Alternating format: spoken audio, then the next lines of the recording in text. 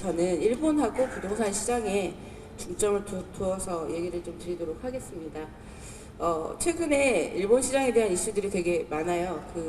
지난주에도 일본에 가서 이렇게 부동산 쪽 관계자들을 뵈었는데요. 무섭게 한국인 투자자들이 와서 문의를 되게 많이 하신다.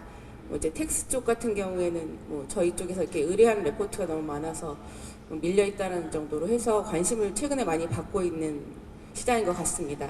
관련해서 얘기를 좀 드리면은요, 일본의 부동산 시장 전체는 보시면 한 2,500조 정도 되는 시장입니다. 그래서 굉장히 좀 큰 시장이고요. 그리고 그 안에서 저희가 이제 수익형 부동산이라고 얘기할 수 있는 부동산은 한 100억 정도가 됩니다. 근데 이제 이게 전부 다 유동화돼 있거나 우리가 투자할 수 있는 자산이냐라고 보면 아직 그 중에 부동산 관련 대체 투자 규모는 한 5% 정도가 되고요. 그 안에서 유동화되어 있는 거는 한 10% 수준밖에 안 됩니다. 그래서 아직까지도 상품화하거나 수익화할 수 있는 부동산의 자산의 볼륨은 많다라고 얘기를 하고 있고요. 그리고 일본 정부에서도 보다 좀 적극적으로 부동산 자산을 수익형화 시키자, 투자화 시키자라는 얘기들을 많이 하고 있습니다. 동경시장에 대해서는 앞서서도 잠시 얘기가 있었습니다만, 일본 시장 안에서 특히 동경이라는 시장 같은 경우에는 인구적인 사이즈나 아니면 GDP 성장률적인 측면에서도 굉장히 좀 큰 시장, 생각보다 좀 다른 도시별로 봤던 어떤 도시보다 좀 안정적이고 크다라는 얘기를 할 수 있고요. 두 번째로는 오피스 시장이나 부동산 시장에서 안정적으로 임대료를 낼 수 있는 좋은 기업들이 동경에는 많이 밀집해 있다. 이런 얘기는 다 잘 아시고 계실 것 같습니다. 그러면 지금 와서 이제 일본 시장 아니면 이제 동경 시장을 어떻게 봐야 될까라는 부분인데요. 오늘 오기 전에 제가 이제 똑같은 주제로 만들었었던 게 딱 5년 전이더라고요. 5년 전에는 저희 쪽에서 일본 쪽에 투자를 하십시오라고 해서 비슷한 사이즈의 이제 세미나를 한번 열었었습니다. 이제 그때 아베노믹스가 열렸었고, 그러면서 이제 양적 완화하고 일본 시장에 이렇게 뭔가 기회가 좀 더 많으니 적극적으로 보자라고 그때 제안을 많이 드렸었는데요. 그때 하셨던 말들을 얘기를 좀 드려보면 아직까지 일본은 잘 모르겠다라는 얘기도 많이 하셨었고요. 그리고 그 전에 있었던 지진이나 이런 재해 리스크가 좀 크다. 그리고 너무 폐쇄적이라서 들어갈 룸이 없다라고 해서 그 당시만 해도 이렇게 좋은 어셋들이 좀 나와 있었거든요. 근데 이제 그런 거에서 좀 이렇게 뒤로 좀 소극적으로 대응을 하셨다가요.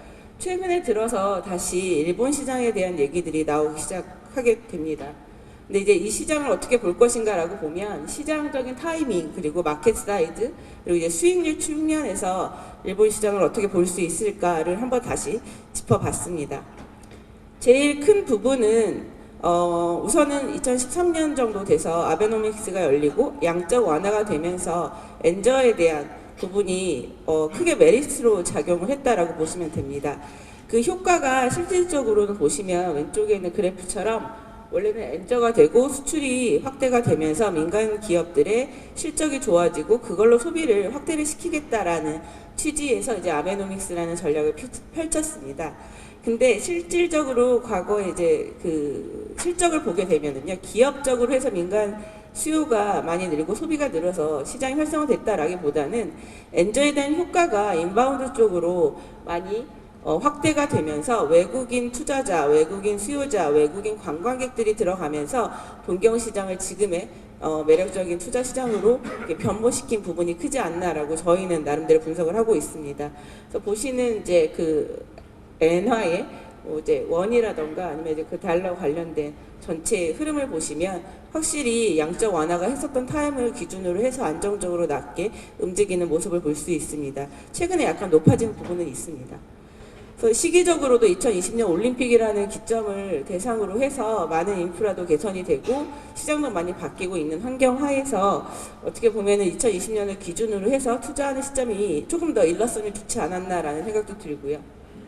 그리고 이제 두 번째로는 이제 양적 완화가 되고 마이너스 금리라는 정책을 피면서 은행에서 부동산 쪽이나 투자 관련된 자금에 대한 DI 이런 스탠스가 좀 적극적입니다. 그래서 돈을 빌리기 쉬웠거든요.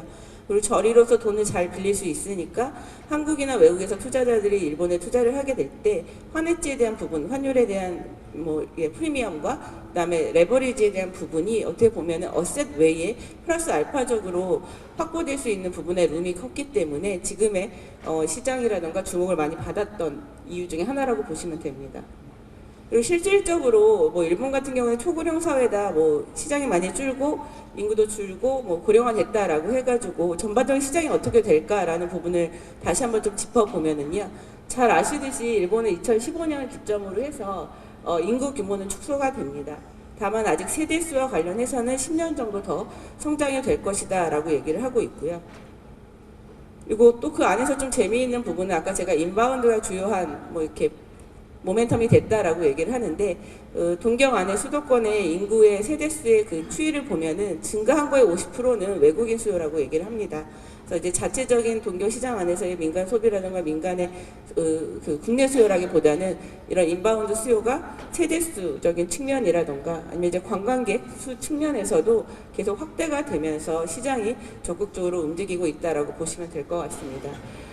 제일 요새 많이 주목을 받고 있는 게 호텔 어셋이에요. 보시는 바와 같이 외국 일본인 방일 관광객의 증가수 같은 경우 굉장히 좀 예상 외에 목표치를 넘어설 정도로 계속 오버를 하고 있습니다. 그래서 그만큼 외국인 수요가 많이 오고, 그로 인해서 이제 호텔 수요가 공급이 많이 부족하다 보니까 호텔 개발이 지금 굉장히 적극적으로 이루어지고 있습니다. 그래서 보시면 이제 어셋별로 일본에 있어서 동경 안에서의 물량들이 어떻게 공급이 되었고 개발이 되었는지를 보시면 좀 밸런스 있게 과거에는 오피스라던가 리테일 중심에서 최근에는 물류, 그 다음에 호텔, 그 다음에 레지던스 쪽으로 해서 다양한 포트폴리오를 확대를 하고 있다는 부분이 있습니다. 전체적인 수익률에 대해서는 잘 아실 것 같은데요. 캡레이트는 한 3에서 5% 정도 되는 수준으로 최근에 조금 감소 추세인데요. 이거는 가격이 좀 높아졌다라고도 볼 수 있고요. 잘 아시는 제일 리치 같은 경우에도 배당 수익률에 대한 일드 스프레드를 보면 한 4% 정도로 보시면 됩니다. 아까 제가 환에 대한 부분, 그 다음에 레버리지에 대한 부분을 본다라고 했을 때 뒤에서 보시는 상해라든가 싱가포르, 홍콩이나 주요 도시와 리턴이라든가 수익률적인 측면에서 보면은 잘 아시는 마이너스 금리에 대한 부분이 베이스가 돼서 일드 갭이 한 4% 되고, 거기에 환에다가 레버리지까지 이렇게 애들을 하면은 선진국 안에서도 코어한 시장 안에서도 매력적인 시장 중에 하나다라고 볼 수 있습니다. 이건 이제 최근에 그랬고요. 그래서 이제 어떻게 보면은 제가 생각했을 때 조금 더 일러서 한 2013년, 12년 정도에 들어갔고, 그때 투자를 해가지고 한 지금 시점에서 엑시스를 하면 어땠을까라는 이제 제일 좋았던 시나리오는 그 정도였었던 것 같고요. 그럼 지금 시점에서 일본 시장을 어떻게 봐야 될까라고 봤을 때 다시 한번 얘기를 드리면 늦지는 않았습니다만은 조금 시점에 대한 전략이라든가 포트폴리오의 방향성을 좀 달리해서 생각하는 부분이 필요하지 않을까라고 보고 있고요. 일본 투자 같은 경우에는 제일 중요한 부분이 네트워킹이라는 얘기를 많이 합니다. 그래서 투자를 하실 때 파트너십을 누구랑 맺어 갈 것인가라는 부분, 그리고 이제 로케이션에 대한 부분은 조금 주의를 하셨으면 좋겠다라는 부분, 그리고 이제 가깝지만 잘 알지 못하는 시장이기 때문에 투자 스킴이라던가 아니면 마켓에 대한 이해가 필요하다라는 얘기를 좀 드리고 싶었습니다. 그래서 일본에 투자하실 때 일본 시장을 의외로 아시는 분들이 별로 없어요. 그래서 가져오시는 물건이라던가 소개받은 물건들이 생각보다는 좋은 물건들이 아닌 경우가 많거든요. 그래서 직접 저희가 태핑을 하기보다는 누군가와의 파트너십으로 일본 시장을 이해를 하고 좀 장기적인 안목에서 일본 시장을 보는 게 중요할 것 같고요. 두 번째로는 약간 이제 오버 서플라이에 대한 좀 얘기들이 많이 나오고 있습니다. 그래서 보시는 거는 동경 내의 오피스 공급량을 이제 예측치로 낸 건데요. 보시는 바와 같이 2023년을 기점으로 물건이 좀 많이 공급이 됩니다. 그래서 지금은 일본의 오피스 시장 굉장히 좋고 공실률도 한 2, 3%밖에 안 되고 임대료도 계속 오르는 상황이라 지금 시점이 좀 좋지만 2023년 시점에서 어떻게 봐야 할 것인가 라는 부분이 중요한 키가 될 수 있고요. 그리고 또 하나 재미있는 부분은 우리나라도 이제 오피스 같은 경우에는 3대 지구가 있듯이 각 국가별로 프라임 오피스 권역이 있는데요. 일본의 최근의 트렌드를 보면은 이게 좀 더 집중화되는 현상들이 많이 일어납니다. 그래서 일본에서는 오구라고 얘기했었던 5개의 권역이 보시는 뭐 이런 치오다구나 미나토구나 이렇게 3개의 권역으로 집적되는 현상이 가속화되고 있습니다.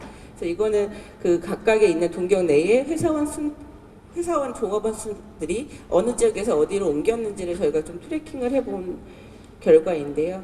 보시는 바와 같이 좀 이제 5개 넓혀 있었던 지역 안에서도 코어한 지역으로 집중화되는 현상이 좀 많이 보입니다. 그래서 코어한 지역 중심으로 조금 더 적극적으로 보는 게 좋지 않을까. 그리고 이제 동경역 주변이 제일 코어한 지역인데 그 안에서도 지금 굉장히 많은 개발들이 이루어지고 있습니다. 근데 이 개발들이 다 이루어졌을 때 동경권 안에서의 오피스 시장은 다시 한번 그림이 바뀔 것이다 라는 얘기도 많이 나오고 있거든요. 그래서 일본 시장을 보실 때 어느 지역의 로케이션으로 갈 것인지에 대한 부분도 잘 보시면 될 것 같고, 또 이제 그거의 소유자와 운영자가 누구냐에 따라서도 건물 가치가 좀 많이 달라지는 경우가 많습니다. 그래서 이건 이제 동경 주변에 비슷한 시점에 준공된 건물들의 임대료 같은 걸 보더라도 다 좀 갭이 있거든요. 같은 사양의 로케이션 외에도 그 외에 저희가 평가받을 수 있는 다른 가치들이 있으니까요. 조금 더 이해에 대한 부분이 좀 컸으면 좋겠다라는 부분입니다. 그래서 제가 준비한 내용은 여기까지고요. 그냥 마지막으로 정리해서 말씀을 드리면 일본 시장은 재미있고 앞으로도 좋은 시장이고 어떻게 보면 코어한 선진국 시장 안에서도 저희가 주목을 할 수 있는 시장 중에 하나입니다. 다만 이거를 단기적인 시점에서 3년이나 5년 텀으로 엑시트를 할 뭐 이런 기준으로 해서 보는 것보다는 일본 시장은 좀 더 장기적인 안목에서 아까도 말씀드렸듯이 스탁에 대한 특성도 다 다르기 때문에 포트폴리오를 다양화하고 좀 더 장기적인 시점에서 본다라고 하면 지금 시점에 있어서도 일본 투자 시장에 대한 부분은 매력적이지 않을까라고 볼 수 있을 것 같습니다. 예, 이상입니다.